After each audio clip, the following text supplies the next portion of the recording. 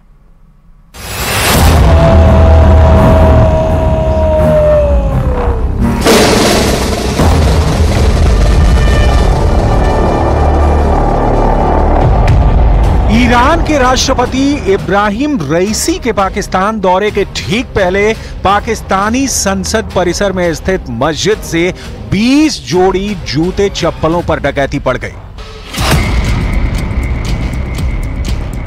ये डकैती दिन दहाड़े हुई, सुरक्षा कर्मियों की मौजूदगी में हुई, लेकिन इसे देख कोई नहीं पाया। और जब खबर मीडिया के सामने आई तो सुरक्षा कर्मियों को कुछ सूझ नहीं रहा था कि वो जवाब क्या दें, इसलिए वो अपना सिर खुजलाने लगे। पार्लियामेंट हाउस की मस्जिद से नमाज जुमा के बाद 1 दर्जन अफराद की जूतियां चोरी कर दी गई हैं। पार्लियामेंट हाउस की मस्जिद से नमाजियों के जूते चोरी करने वाला कौन था? स्पीकर कौमी असम्बली सरदार अयाज सादिक ने तहकीकात का हुक्म दे दिया। मतलब अगर आप पाकिस्तान में हैं तो खुद की जान सहित अपने सामान की भी सुरक्षा की जिम्मेदारी सिर्फ और सिर्फ आप ही की है। पूरी खबर आपको आगे बताएंगे, लेकिन उससे पहले देखिए ईरान के राष्ट्रपति जब पाकिस्तान पहुंचे तो क्या हुआ। इब्राहिम रईसी के पाकिस्तान दौरे की तारीख जैसे ही फिक्स हुई, शाहबाज और मुनीर की मानो बाँछें खिल गईं। उन्हें खुद पर यकीन नहीं हो रहा था कि विदेशी मुल्क का इतना बड़ा मेहमान उनके खस्ता हाल मुल्क का दौरा भी कर सकता है। लेकिन खबर सच थी, इसलिए तुरंत ही शाहबाज शरीफ ने अपना पुराना कटोरा निकाला, उसकी साफ सफाई की और शाहबाज ने कटोरा हाथ में उठा लिया। यानी शाहबाज ने ईरानी राष्ट्रपति के पाकिस्तान पहुंचने से पहले ही भीख लेने की पूरी तैयारी कर ली। तो जनाब, शाहबाज और मुनीर ने कटोरा लेकर भीख मांगने की पूरी रिहर्सल कर ली थी। वैसे पुरानी कहावत भी है कि भीख मांगने के लिए भी वेश धारण करना पड़ता है। सो पाकिस्तान ने वही किया। ईरानी राष्ट्रपति का जहाज जैसे ही पाकिस्तान में लैंड हुआ, उनका ग्रैंड वेलकम हुआ। एयरपोर्ट पर रेड कारपेट वेलकम दिया गया। बात सिर्फ यहीं खत्म नहीं होती। पाक मीडिया की खबरों के मुताबिक इब्राहिम रईसी के वेलकम में पाकिस्तान इस कदर बिछ गया कि उनका कराची दौरे का कार्यक्रम बना तो पूरे कराची शहर को ही बंद कर दिया गया। शहबाज की सरकार और मुनीर की आर्मी ने इसकी कोई वजह नहीं बताई, लेकिन मीडिया के सूत्र बताते हैं कि यह फैसला कराची के भिखारियों की वजह से लिया गया, ताकि इब्राहिम के सामने मुल्क की साफ सुथरी इमेज को पेश किया जा सके। एक आंकड़े के मुताबिक पाकिस्तान में भीख मांगना कोई शर्म की बात नहीं रही, बल्कि बाकायदा ये अब एक प्रोफेशन बन गया है। खैर, इसकी बात आगे करेंगे। अभी बात ईरान की। अब आप ये जान लीजिए कि पाकिस्तान के भीख मांगने वाले कटोरे को ईरान ने कितना भरा है। बताया जा रहा है कि दोनों देशों के बीच बैठक का मुद्दा पाकिस्तान ईरान के बीच की गैस पाइपलाइन प्रोजेक्ट है, जो पैसे की कमी से सालों से लटकी हुई है।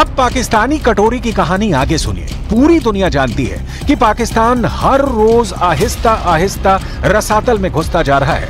मुल्क में रोटी बनाने के लिए आटा नहीं है और ऐसे में अगर ये पाइपलाइन का प्रोजेक्ट शुरू नहीं हुआ तो पाकिस्तान पर 1.5 लाख करोड़ रुपए का जुर्माना लग सकता है। अब जिस मुल्क में दाल तो छोड़िए, आटा भी नहीं है, वो कहां से लाता 1.5 लाख करोड़ रुपए?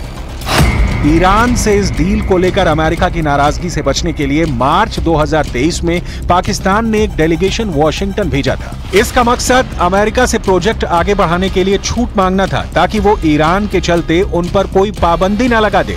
हालांकि अमेरिका ने अभी तक इस पर कोई फैसला नहीं दिया। लेकिन पिछले साल पाकिस्तान के कार्यवाहक प्रधानमंत्री अनवारुल हक काकड़ की अंतरिम सरकार ने प्रोजेक्ट के एक हिस्से को मंजूरी दे दी। इसी वजह से पाकिस्तान 80 किलोमीटर लंबी गैस पाइपलाइन बिछाना चाहता है, लेकिन अमेरिका के दबावों की वजह से उसे लगातार झुकना पड़ रहा है।